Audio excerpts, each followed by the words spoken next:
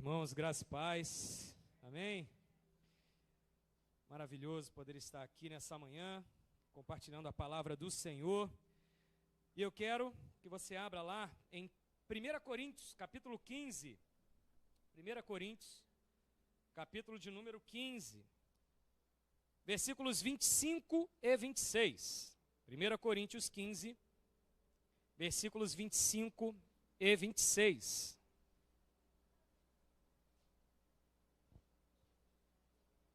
Mantenha aberto aí. Antes, eu tinha preparado uma outra mensagem, mas ontem à noite, já à tarde da noite, já com a mensagem pronta ao Senhor, nunca tinha feito isso comigo. Eu vejo pregadores falarem isso. Isso nunca tinha acontecido comigo. Para eu mudar a mensagem, então eu fiquei até madrugada preparando uma outra mensagem, porque o Senhor tocou no meu coração acerca disso, e então eu fui entender a estação que nós estamos vivendo. Eu discerni porque o Senhor estava falando comigo daquele jeito. Porque nós estamos em setembro e o mundo comemora as cores, né, dos meses. Isso tem sido comum nos anos para cá, e é o Setembro Amarelo. Setembro Amarelo é prevenção ao suicídio. Então o Senhor começou a ministrar no meu coração a respeito de principados, a respeito de hostes da maldade que tem ceifado vidas de diversas formas, nesse período da humanidade, nessa estação que nós estamos vivendo. Seja por conta de vírus, seja por conta de outras doenças, seja por conta de violência, ou por conta desse assunto que o Setembro Amarelo trata, que é o suicídio, que ele é alavancado por quadros de depressão. E eu estava estudando sobre o tema. 300 milhões de pessoas no mundo hoje estão acometidas por depressão, segundo a Organização Mundial de Saúde. Perto de 900 mil pessoas por ano morrem de suicídio no mundo. Eu estava vendo que morreram já no mundo, desde que começou a crise do coronavírus, 900 e poucas mil pessoas de coronavírus. E morrem perto de 900 mil pessoas por suicídio. E aí me veio que o número de suicídio é muito maior do que o coronavírus. Sabe por quê? Porque o número de mortes que são diagnosticadas como suicídio são subestimados. Porque a própria família não quer dizer que aquela pessoa se matou. De repente a pessoa se jogou debaixo de um carro e os médicos, as pessoas que viram, acham que foi acidente. Já coronavírus é o contrário, né? Por questões políticas, por questões de mídia sensacionalista, às vezes a pessoa morreu de outra coisa e diz que foi de coronavírus. Portanto, o suicídio, estamos dando muita atenção a essa crise do coronavírus, mas o suicídio é algo que nós temos que nos preocupar. E tendo trabalhado no meu coração acerca disso, o Senhor me trouxe essa mensagem que o título é: Onde está, ó morte, a tua vitória? E eu quero falar sobre a morte e sobre as 7 vezes que Jesus se deparou com a morte. Então eu quero ler, você abriu 1 Coríntios 15, versículos 25 e 26. No versículo 25 diz assim: Porque convém que ele reine até que haja posto todos os inimigos debaixo dos seus pés. O último inimigo a ser destruído é a morte. A morte é o último inimigo a ser destruído por Jesus. A morte, ela é uma deusa. Ela é uma espécie de, isso no sentido figurado, né? É uma espécie de entidade que será a última a ser derrotada. Depois mesmo de Satanás, da besta, do anticristo, a morte será derrotada de uma vez. Quando todos, com o corpo glorificado, ressurretos, estaremos reinando com o Senhor para sempre. Mas a morte nesse mundo, ela é muitas vezes até glorificada pelas pessoas. Alguns têm pavor dela e outros a adoram. Existe uma festa no México, existe uma deusa no México, literalmente, que é a deusa morte. E aí eu já começo alertando você com algumas coisas que a gente passa desapercebido. Está muito na moda copos, camisas com uma caveira colorida. Já viram isso aí? Essa caveira colorida, chamada de caveira mexicana, é a deusa morte, que lá no México é adorado como um deus, como um ídolo. Há uma festa famosa. Eu estava vendo outro dia, tem um desenho animado que retrata essa festa. E as pessoas passam assim achando normal, mas é a idolatria, a adoração à morte. Deixa eu trazer outra comprovação aqui.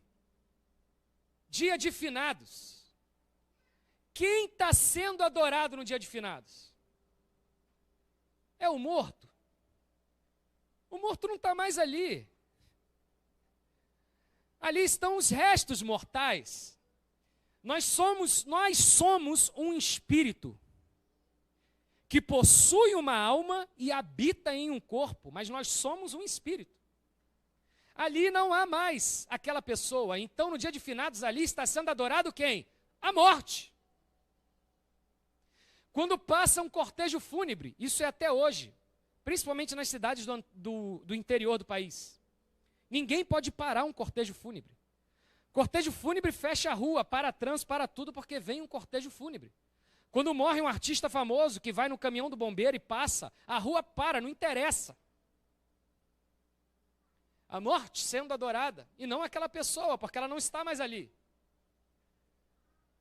Nos jogos de futebol hoje, todo jogo tem 1 minuto de silêncio absoluto, em respeito aos mortos. Na verdade, há ali uma espécie de adoração à morte. Ainda que de forma desapercebida. Mas como que a morte entrou no mundo? Se a morte é o último inimigo a ser vencido, se a morte é algo tão poderoso que acometerá todos nós um dia, se a morte é algo que até de forma desapercebida a sociedade acaba adorando, como entrou a morte no mundo? Lá em Gênesis 3:3 diz, está escrito assim: mas Deus disse, não comam do fruto da árvore que está no meio do jardim, nem toquem nele, do contrário vocês morrerão. No versículo 22, então disse o Senhor Deus, agora o homem se tornou como um de nós, conhecendo o bem e o mal. Não se deve, pois, permitir que ele também tome do fruto da árvore da vida e coma e viva para sempre. O homem foi criado para ser eterno. Adão e Eva foram criados para jamais morrerem. Viverem ali contemplando o paraíso do Senhor, face a face com Deus e nunca morrerem. Mas o pecado fez nascer a morte. Porque o salário do pecado é a morte. Então, a morte entrou no mundo, eles foram expulsos do paraíso, começaram a passar por processos que nós passamos hoje de envelhecimento, sujeito a doenças, os animais passaram a ser inimigos do homem, os animais começaram a ser ferozes contra o homem, começaram a surgir vírus, bactérias, plantas nocivas, não existia nada disso, só existia uma árvore que eles não podiam tocar. E a morte entrou no mundo. O pecado fez a morte entrar no mundo. Mas então, quando o pastor Josué perguntou qual é o texto mais famoso da Bíblia, muitas pessoas, inclusive eu, falou João 3:16. Porque Deus amou o mundo de tal maneira que enviou o seu único filho, para que todo aquele que nele crê não pereça, mas tenha vida. Se é vida eterna, quem foi derrotada? A morte. A morte. Então Jesus, ele veio guerrear contra a morte. Porque Jesus, ele veio nos tirar o pecado. Jesus veio nos livrar das consequências do pecado. Jesus, ele se fez maldito pecador, para que nós fôssemos feitos benditos e sem pecado. Então ele veio guerrear contra esse inimigo morte. E na palavra de Deus, há 6 encontros de Jesus com a morte. Eu digo até que foram 7. Nós vamos ver isso aí. Mas assim, na prática mesmo, foram 6 situações que Jesus se deparou com a morte. E vamos ver cada uma delas, o que aconteceu quando a morte cruzou o caminho de Jesus. Jesus versus a morte. Primeiro, Lucas 7, versículos 11 a 15. Lucas 7, versículos 11 a 15. Eu vou ler até o 16 também. Olha o que está escrito. Em dia subsequente, dirigia-se Jesus a uma cidade chamada Naim, e ia com ele os seus discípulos e numerosa multidão. Como se aproximasse da porta da cidade, eis que saía o enterro do filho único de uma viúva, e grande multidão da cidade ia com ela. Vendo-a, o Senhor se compadeceu dela e lhe disse: não chores. Chegando-se, tocou o esquife, e parando os que o conduzia, dissem: jovem, eu te mando, levanta-te. Sentou-se o que estivera morto, e passou a falar, e Jesus restituiu a sua mãe. Todos ficaram possuídos de temor e glorificavam a Deus, dizendo: grande profeta se levantou entre nós, e Deus visitou o seu povo. A primeira vez que a morte encontrou o caminho de Jesus, era um cortejo fúnebre. E eu falei na introdução que um cortejo fúnebre não pode ser parado. Isso nos dias de hoje, quanto mais naquela época. Naquela época havia todo um ritual naquela região para um cortejo fúnebre. Haviam as carpideiras, aquelas mulheres que ficavam chorando, eram contratadas para chorar, chorar, chorar e prantear. Era uma espécie de procissão à morte, o morto no meio, lá no caixão, o esquife, e as pessoas pranteando, chorando. E então Jesus, ele vinha de uma outra missão. Ele estava vindo daquele episódio do Gadareno lá. Então ele tinha acabado de voltar para Cafarnaum. Quando ele chega ali, a caravana da vida, Jesus e os seus discípulos, a caravana da vida, a caravana da salvação, de repente se depara com a caravana da morte, a morte sendo adorada, glorificada e colocada ali num pedestal, e a vida chegando através de Jesus. Eis que a caravana da vida se depara com a da morte. E a morte pela primeira vez encontra Jesus de frente, com o seu ministério já iniciado. Então Jesus, ele faz a primeira coisa que jamais se fariam. Ele parou o cortejo fúnebre. Aquela adoração à morte, aquela reverência à morte foi parada por Jesus, primeiro ato dele. Segundo ato, na lei estava escrito que um homem jamais poderia tocar o esquife ou em coisa morta, porque se tornaria cerimonialmente impuro. E nós lemos que Jesus tocou o esquife. Ele tocou ali onde estava o morto. Mas a impureza do morto não poderia tocar nele. Porque o que aconteceu foi o contrário. A glória dele venceu a morte. A morte pela primeira vez ali foi derrotada por ele. Ele disse para aquele jovem: levanta. Ele levantou. E a morte foi envergonhada e derrotada pela primeira vez. A morte perdeu para o nosso Senhor. Preparando essa mensagem, eu senti um peso muito grande. Um peso muito grande. Porque o Senhor me revelava que há espírito de morte. Eu não quero assustar ninguém, irmãos. Eu só quero trazer o recado do céu para a igreja. Há espírito de morte. Pessoas com desejo de morrer. Pessoas que não têm nada, mas têm uma impressão que vai morrer, um medo. Pessoas com medo de vírus, com medo de acidente, com vários medos da morte. Eu repreendo esse medo agora em nome de Jesus. Em nome de Jesus, a morte não pode te derrotar, porque você tem Cristo, você tem o Senhor e a caravana da vida contigo. No versículo 16 dessa passagem, o último versículo que nós lemos, é interessantíssimo. Porque olha o que eles dizem. Todos ficaram possuídos de temor e glorificavam a Deus, dizendo... Eles diziam o quê? Olha o que a caravana da morte disse. Grande profeta se levantou entre nós, e Deus visitou o seu povo. Eles foram obrigados a dizer que Jesus é Deus. Eles foram obrigados a dizer que Deus estava ali, vencendo a morte. Mas então Jesus continuou com a sua caravana de vida. E no capítulo 8 de Lucas, só você virar uma página ali da sua Bíblia, ou 2 páginas, né? Você vai ver uma outra história, uma outra vez em que a morte se deparou com Jesus. Eu não vou ler todo o texto, porque é uma passagem muito longa, muito grande. Eu vou ler só a partir do versículo 51 de Lucas 8. Olha o que diz Lucas 8, 51. Tendo chegado a casa, ninguém permitiu que entrasse com ele, senão Pedro, João e Tiago, e bem assim o pai e a mãe da menina. E todos choravam e pranteavam, mas ele disse: não choreis, ela não está morta, mas dorme. E riam-se dele, porque sabiam que ela estava morta. Entretanto, ele, tomando-a pela mão, disse-lhe em voz alta: menina, levanta-te. Voltou-lhe o espírito, ela imediatamente se levantou, e ele mandou que lhe dessem de comer. Seus pais ficaram maravilhados, mas ele lhes advertiu que ninguém contasse o que havia acontecido.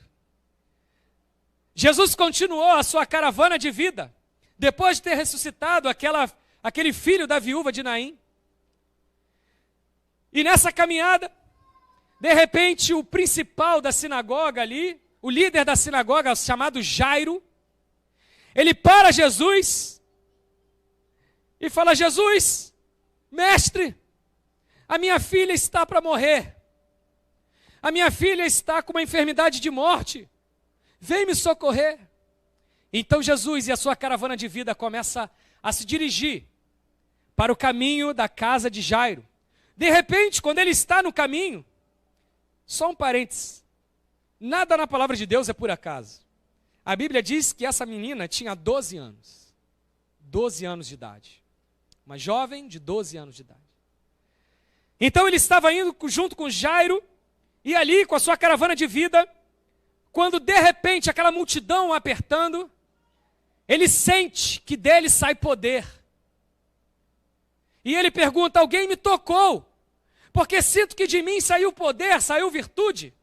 Os discípulos repreenderam, falaram: mestre, uma multidão está te apertando, como assim alguém te tocou? Ele: não, alguém me tocou diferente. Eu senti vida sair de mim, vida, vida. Então ele viu que uma mulher acometida por 12 anos, preste atenção nisso, por uma enfermidade que fazia ela sangrar, sangrar, sangrar sem parar. Ela tinha um fluxo contínuo, constante de sangue. Ela toca em Jesus e é cessada a sua doença que ela havia sofrido por 12 anos. Você percebeu? A Bíblia diz que a vida está no sangue. Então a morte, a dona morte, estava zombando daquela mulher e matando ela aos poucos, por 12 anos. E aquela mulher, enquanto ela foi acometida por essa doença, enquanto a morte entrava nessa mulher, nascia a filha de Jairo. No mesmo período. E agora, quando essa mulher estava curada da sua morte, quando ela tocou em Jesus e ficou curada, a palavra diz que veio alguém e avisou: Jairo, não adianta mais, a sua filha morreu. Percebam a astúcia da morte. Enquanto aquela mulher do fluxo de sangue viu a vida chegar nela imediatamente, a morte bateu na filha de Jairo. Aquela mulher do fluxo de sangue, mesmo ela não tendo morrido literalmente, deixa eu te explicar qual era o contexto da época para uma mulher ter fluxo menstrual sem cessar. A menstruação era considerada imundície. Haviam rituais, deviam haver sacrifícios instituídos pela lei de Moisés, quando a mulher estava nesse período. Era considerada imundície. E aí, imagina uma menina de 12 anos de idade, quando começa a ter o seu fluxo menstrual. E havia ritual para quando aquele fluxo começava na vida de uma menina, porque ela estaria pronta para casar. Então a mãe levava a menina para fora da cidade. Deveria ser feito isso. E a mãe gritava: impuro, impureza, impureza. Mas não era algo para as pessoas, para elas se envergonhar muito. Por quê? Porque era algo normal, toda menina passava por isso. Era uma impureza por determinado período, depois voltaria tudo normal e ela estava pronta para casar. Mas imagina uma menina de 12 anos sendo levada para fora da cidade por estar impura, e essa impureza nunca mais parar. por 12 anos, até que ela encontra Jesus. E eu faço um parênteses para dizer que não importa quantos anos uma impureza tem te acometido. Você que me ouve pela internet, não importa quantos anos você tem sofrido por algo que Satanás colocou, por uma impureza ou por qualquer coisa que tenha tirado sua vida aos poucos.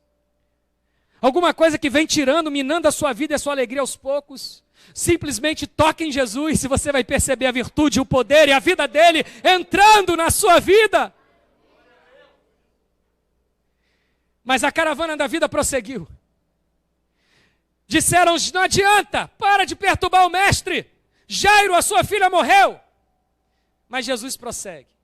Chegando na casa de Jairo, Jesus diz, ninguém vai entrar para ver a menina.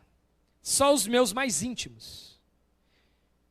E aí, se eu parar para falar disso aí, a gente fica aqui até de noite. Que a intimidade com Jesus é algo fundamental na nossa vida. E os mais íntimos, Pedro, Tiago e João, só eles tinham intimidade com o mestre suficiente para presenciar aquilo. A morte vencendo, a vida vencendo a morte, Jesus vencendo a morte. Então Pedro, Tiago e João entraram no quarto onde a menina estava, e mais o pai e a mãe. E Jesus disse, menina, levanta-te. E essa menina levantou. E eu creio que a incredulidade era tão grande ali daquelas pessoas, nós lemos que riram dele, quando ele falou que a menina só dormia. A incredulidade era tão grande que Jesus foi e deu de comer a ela, para que vissem, olha ela, está viva, vivinha. E pela segunda vez, ou aliás, pela terceira vez, a morte foi derrotada por Jesus. Primeiro o filho da viúva de Naim, naquele cortejo fúnebre. Depois a mulher do fluxo de sangue, que vinha perdendo vida por muito tempo. E terceiro agora a filha de Jairo. Pela terceira vez a morte foi derrotada e envergonhada. Mas aí, nós vemos lá em João, essa passagem é muito longa, nós não precisamos abrir, mas João 11, uma história que você conhece. Jesus, ele está com seus discípulos, até que ele sente, vira para os seus discípulos e diz, o meu amigo, o nosso amigo Lázaro, morreu. Ele dormiu. Então Jesus virou para os discípulos e disse, precisamos voltar lá.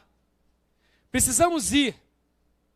Seus discípulos falaram, não, você vai morrer. Estão querendo te matar, estão te perseguindo. Se você for para lá, você vai morrer.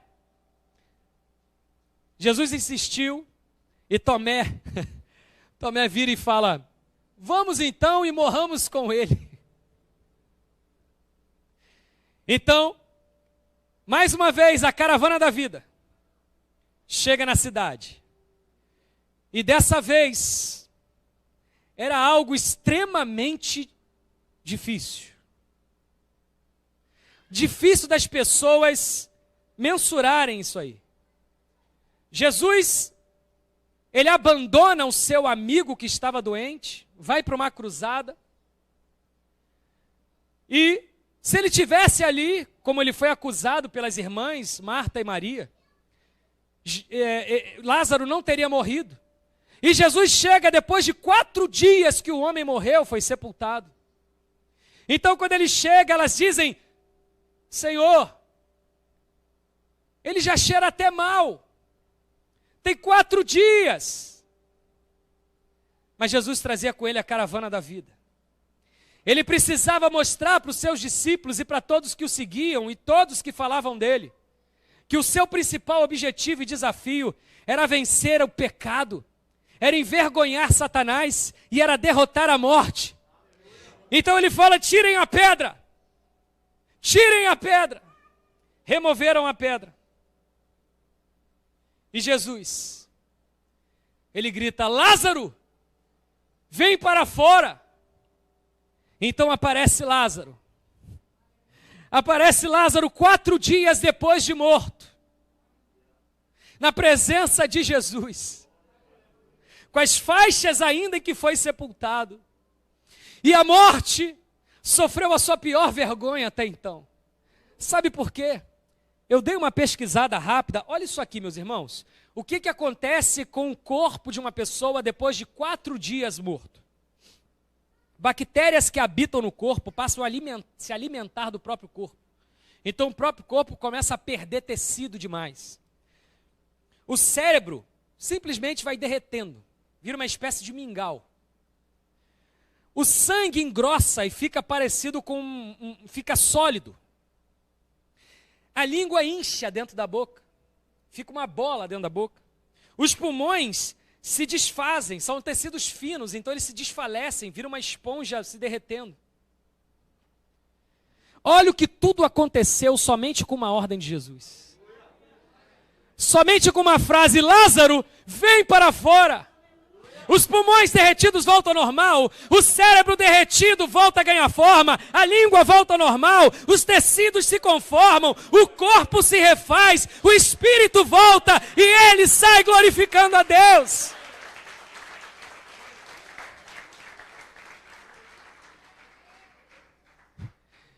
E você vem e diz que o seu problema não tem solução. E você vem e me diz que a sua causa não tem jeito. Ele venceu a morte, ele envergonhou a morte, ele zombou da cara da morte no caso de Jairo, no caso do filho da viúva de Naim, no caso da mulher do fluxo de sangue, e muito mais agora no caso de Lázaro. Ele envergonhou a morte. Estamos em quanto? 4. Quarta vez que Jesus vence a morte. Vamos para a quinta. E a sexta foram ao mesmo tempo. A quinta e a sexta vez que Jesus se depara com a morte, aconteceu no mesmo tempo. Jesus está na cruz. Jesus está ali para morrer, para levar sobre si o pecado de toda a humanidade. E então Satanás olhava e dizia: ei, morte, nós vencemos. Morte, ganhamos. Olha quem está na cruz e não sai. Olha quem está lá sangrando. Olha quem está lá sofrendo. E haviam 2 ladrões. Um à direita e outro à esquerda. Mas a palavra de Deus diz que a hora sexta, Jesus entrega o seu espírito. Posso te falar uma coisa? Eu só quero dizer isso nesse ponto. Sabe por que Jesus foi o primeiro a morrer na cruz? Porque se os outros 2 morressem antes, iam ter que saltar daquela cruz. Iam ter que sair vivos dali. Porque não existe o caso da morte se deparar com Jesus e sair vitoriosa, você me entendeu?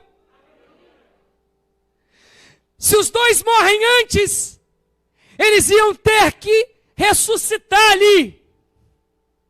Porque não existe o caso de um morto se deparar com Jesus e permanecer nessa situação. Não existe o caso. Ele é a vida. Ele é a vida. Ele é o vencedor da morte. Sempre que a morte encontrou Jesus, foi derrotada. Nos 4 primeiros casos que nós vimos, e nesses 2 casos, 6 vezes que a morte encontrou Jesus, ela foi derrotada. E eu vou agora para a conclusão dessa mensagem. Mas você pode dizer: pastor, mas não eram 7? Não eram 7 vezes? Deixa eu ler para você o que está em Lucas 23, 44 a 46. Já era quase a hora sexta, e escurecendo-se o sol, houve trevas sobre a terra até a hora 9. E rasgou-se pelo meio o véu do santuário. Então Jesus clamou em alta voz: Pai, nas tuas mãos entrego o meu espírito. E dito isso, expirou. Jesus morreu. A morte venceu, meus irmãos. Olha o que diz Efésios 4, de 8 a 10. Por isso diz: quando ele subiu às alturas, levou cativo o cativeiro. Levou cativo o cativeiro. E concedeu dons aos homens. Ora, que quer dizer subiu, se não também havia descido até as regiões inferiores da terra. Aquele que desceu também é o mesmo que subiu acima de todos nos céus para encher todas as coisas. Quando Jesus morre na cruz, e Jesus morre como pecador, sem ter cometido nenhum pecado. Jesus morre como o maior pecador que já passou nessa terra, porque ele levava nele o meu, o seu pecado de toda a humanidade. Ele morreu como um pecador digno e condenado ao inferno, mesmo sem merecer, para carregar a nossa culpa. Então Jesus é levado ao inferno. Então Jesus vai ao inferno como pecador, mas o salário do pecado é a morte. Jesus nunca pecou. Então eu quero conjecturar isso com você. Imagina o inferno. Imagina o trono de Satanás, trevas e escuridão. Demônios habitando ali. De repente, a festa no inferno, porque Jesus havia morrido. Aquela festa, eu imagino uma espécie de boate acontecendo lá. De repente brilha uma luz. De repente, há luz naquele lugar. De repente o inferno, pela única vez na história, vira céu. Porque deixa eu te contar uma coisa. Inferno não é um lugar físico. Onde Jesus está, aí é o céu. Eu não quero estar num lugar físico, eu quero estar onde Jesus está, porque estando ali eu estou no céu, eu estou na glória, eu estou com Ele. Então entra Jesus, brilha-se o clarão, o sol da manhã, a resplandecente estrela da manhã. Então ele vira para Satanás, fala assim: ei, você tem a chave da morte? Ela te deu, foi? Me dá aqui que agora é minha. Agora quem controla, quem entra ou não aqui sou eu. Agora quem manda sou eu. Agora quem reina sou eu. E lá em 1 Pedro capítulo 4 diz que ele pregou aos espíritos em prisão. Ele libertou do inferno aqueles que não tinham Cristo, que morreram antes da nova aliança. Ele libertou os cativos, ele tomou a chave do inferno, ele venceu a morte. Ele venceu a morte. Filipenses 2, 5-11, tende em vós o mesmo sentimento que houve também em Cristo Jesus. Pois ele, subsistindo em forma de Deus, não julgou como usurpação o ser igual a Deus. Antes a si mesmo se esvaziou, sendo fiel até a morte, morte de cruz. Pelo que Deus o exaltou sobremaneira e lhe deu um nome que está acima de todo nome, para que ao nome de Jesus se dobre todo o joelho no céu, na terra e debaixo da terra, e toda língua confesse que Jesus é o Senhor, para a glória de Deus Pai. 2 Coríntios 5, 21, aquele que não conheceu o pecado, fez pecado por nós, para que nele fôssemos feitos justiça de Deus. 1 Coríntios 15, 51, eis que vos digo um mistério, nem todos morreremos, mas transformados seremos todos, num momento, num abrir e piscar de olhos, ao ressoar da última trombeta. A trombeta soará, os mortos ressuscitarão primeiro, depois nós seremos transformados, porque é necessário que esse corpo mortal se revista de imortalidade, e quando esse corpo mortal se revestir de mortalidade, e a corruptibilidade se revestir de corruptibilidade, então se fará a palavra que está escrita: tragada foi a morte pela vitória. Onde está, ó morte, a sua vitória? Onde está, ó morte, o seu aguilhão? O aguilhão da morte é o pecado, e a força do pecado é a lei. Mas graças a Deus que nos dá vitória por intermédio do nosso Senhor e Salvador Jesus Cristo. Aleluia! Morte, você foi derrotada. Morte que tenta bater na porta de alguém que está aqui, você é derrotada. A morte foi derrotada. Você que entrou aqui com um peso de morte, você que está passando por uma tristeza profunda, a morte é derrotada na sua vida hoje. O Senhor não me deu essa mensagem tarde da noite por um acaso. Não foi para te empolgar, para te emocionar. Foi para você vencer o medo. Foi para você perceber que Jesus venceu a morte. Ele é contigo e você é vitorioso, vitoriosa. Equipe de louvor, pode subir, por favor. Nós vamos orar. Nós vamos orar.